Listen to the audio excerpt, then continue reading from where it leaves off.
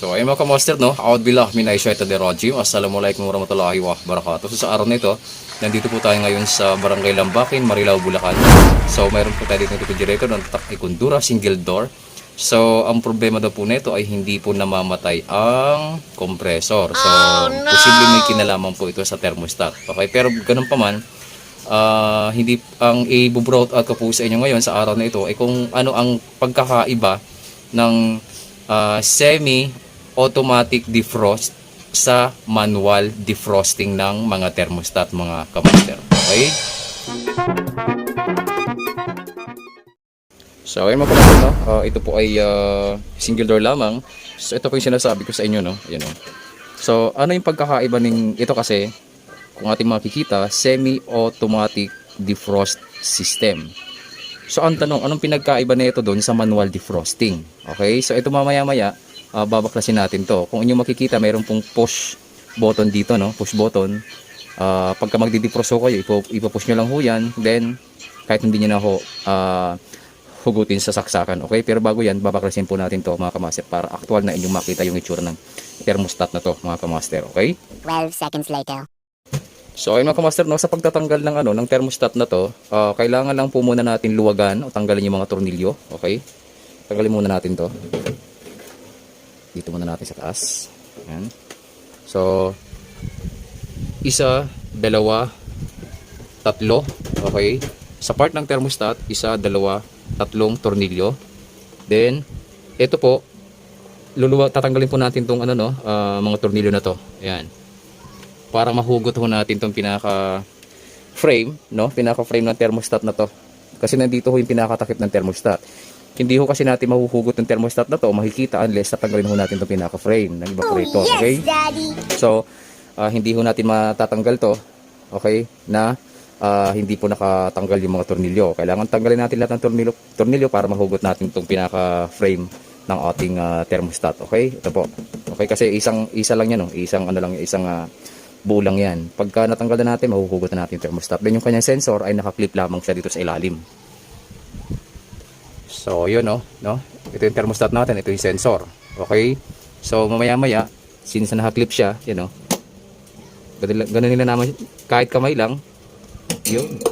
Dahil nga since nakaklip lang siya, ayan na po. Tanggal na po siya. Okay? So, ito yung pinaka frame guide niya. Okay?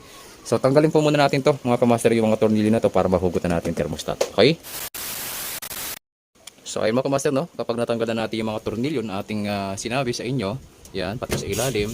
So, ito ay mahuhugot muna. Itong pinaka front panel niya ay mahuhugot nyo na dahil nga ito ay nakaklip lamang dito sa evaporator. Okay? So, napakadali lang hugutin ito dahil nakalock lang siya. So, itong ilalim nito, ito.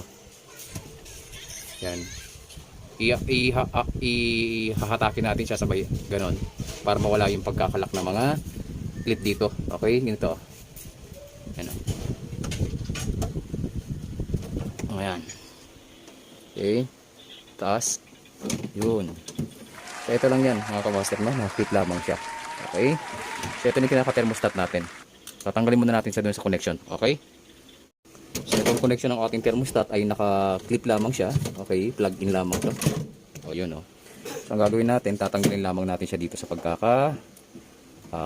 yun. Okay, then itong tandaan natin yung mga connection hangga't maaari picturean natin mga kamaster, okay? Okay, so ang gawin natin, tatanggalin muna natin tong grounding. Yung isang kamay kasi natin nakahawak sa camera, kaya medyo hirap, no? Tanggalin muna natin tong grounding. Yung. So kapag natanggal yung ating grounding, yan, makukuha muna siya ng buo. Okay, so lagyan natin dito sa likod. 12 seconds later. So ayun mga kamaster, no? May makikita kayo na dalawang uri ng thermostat. Okay, isang semi-automatic na defrosting system at saka isang manual defrosting system.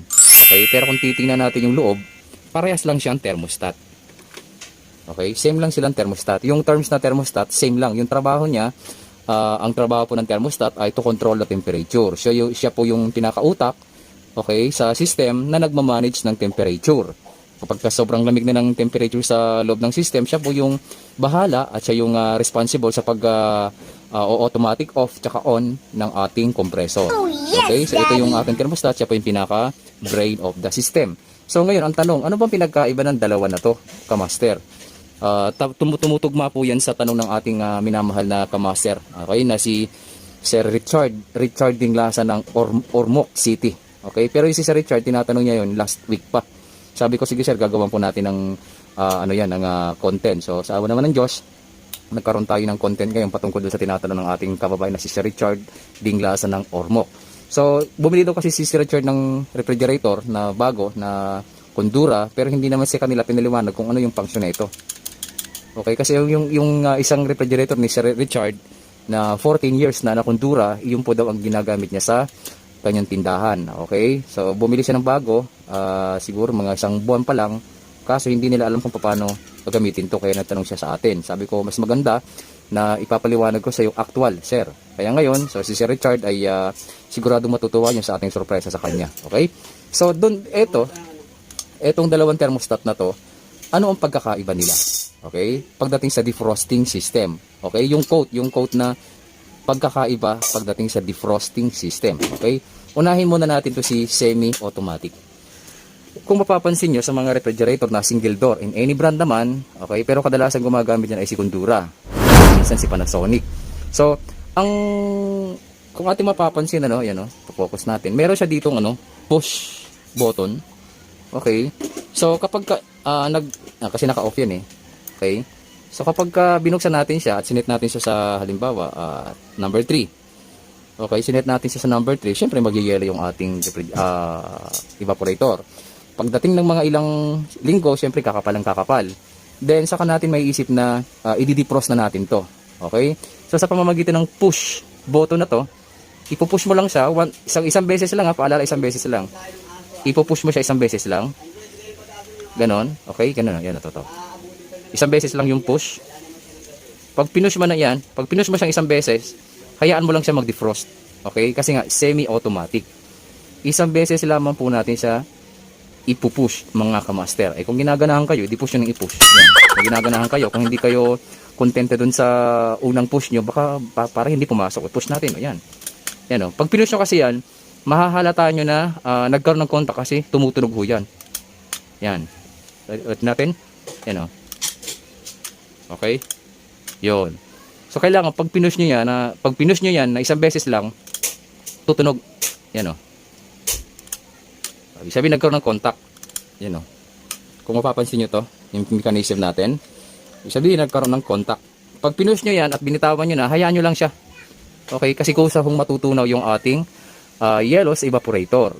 Ibig sabihin naka-off na yung compressor. Pero wag nyo pong tatanggalin sa saksakan. Bakit? Kasi semi-automatic nga.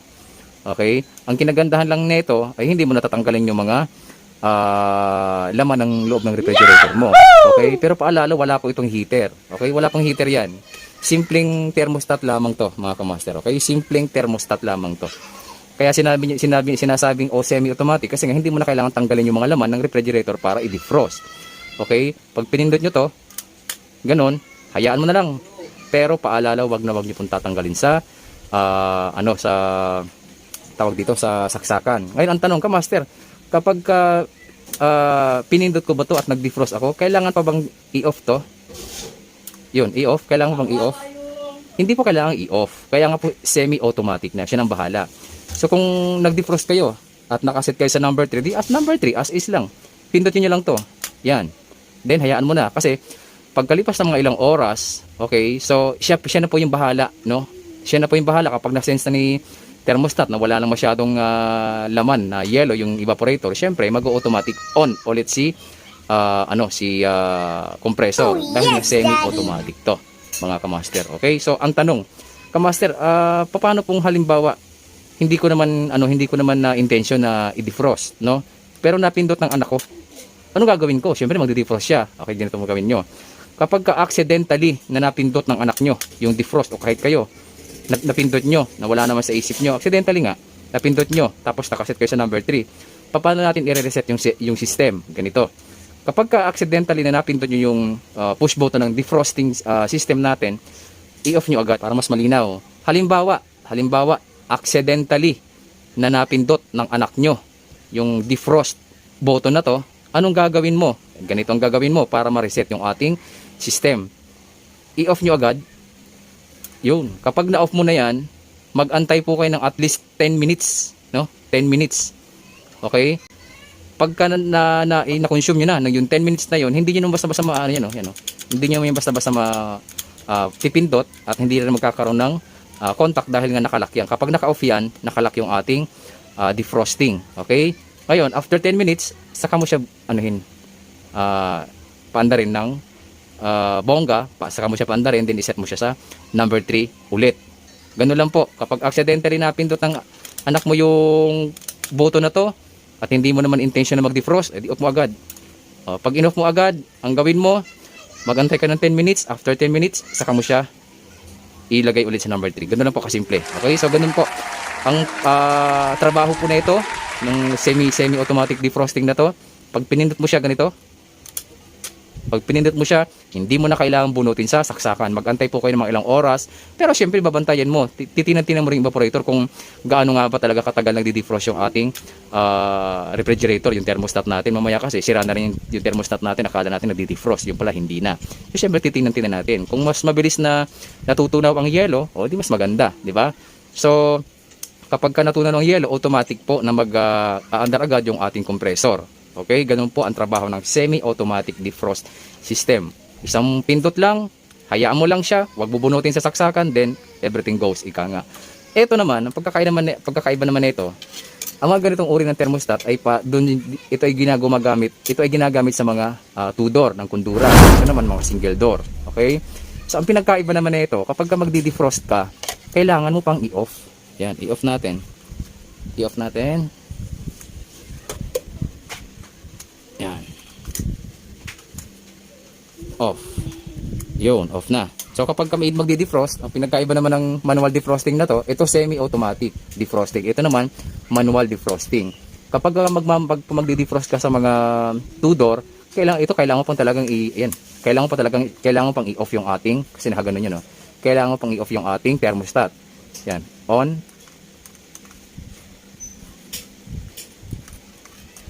Off. Okay, so ito yung pagkakaiba. Dahil ito, fully manual operated defrosting system to. Kailangan mong i-off sa thermostat, then saka after ng 10 minutes, saka mo bubunutin sa saksakan. Ito yung pagkakaiba dito. Kapag nag-defrost ka dito sa semi-automatic, hindi mo na kailangan bubunutin sa saksakan at hindi mo na kailangan tanggalin pa yung mga laman. Samantalang ito, kapag kumapal yung yelo sa evaporator na yung direct cooling, paalala, direct cooling.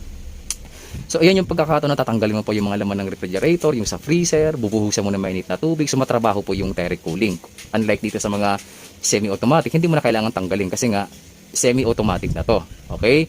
So, nagdi-defrost siya itself, kahit hindi tinatanggal sa saksakan, isang pindot lang, defrosting na siya. Samantalang dito, kailangan mong i-off sa thermostat, after ng 10 minutes, saka mo siya huhugutin, then after na mahugot, tatanggalin mo yung laman ng mga freezer, then bubuhusan mo ng mainit na tubig kagaya ng mga itinuro ko sa inyo. So ito po pagkakaiba ng manual defrosting sa semi-automatic. Mas matrabaho po ito. Okay, then kapag natanggal mo na lahat at nabuhusan mo na ng mainit na tubig, so ang kinagandahan lang, mas madali lang to kasi nga bubuhusan mo siya ng mainit na tubig, mas madaling tunaw yung yung yelo kasi nga gagamitin mo siya ng mainit na tubig. So ito naman ang kinagandahan dito, mas madali kumpara mo dito, mas matagal kasi nga pagka pinindot mo to, magdi-defrost siya itself, pero walang heater, paalala, walang heater. Samantalang dito, pwede mo siyang i-manual. Pwede mo siyang i-manual na i-defrost sa pamamagitan ng mainit na tubig gaya ng tinuro ko sa inyo. So siguro mga isang oras lang tapos na, no? Yung nga lang talaga matrabaho talaga kasi nga tatanggalin mo lahat ng mga laman ng freezer, saka mo i-defrost o ibubuhusan ng mainit na tubig. Okay, syempre panahon rin ng paglilinis. Samantalang ito, isang pindot lang, automatic na yan magdi-defrost. Paalala, walang heater yan, automatic na magdi-defrost, then automatic din na aandar ng compressor.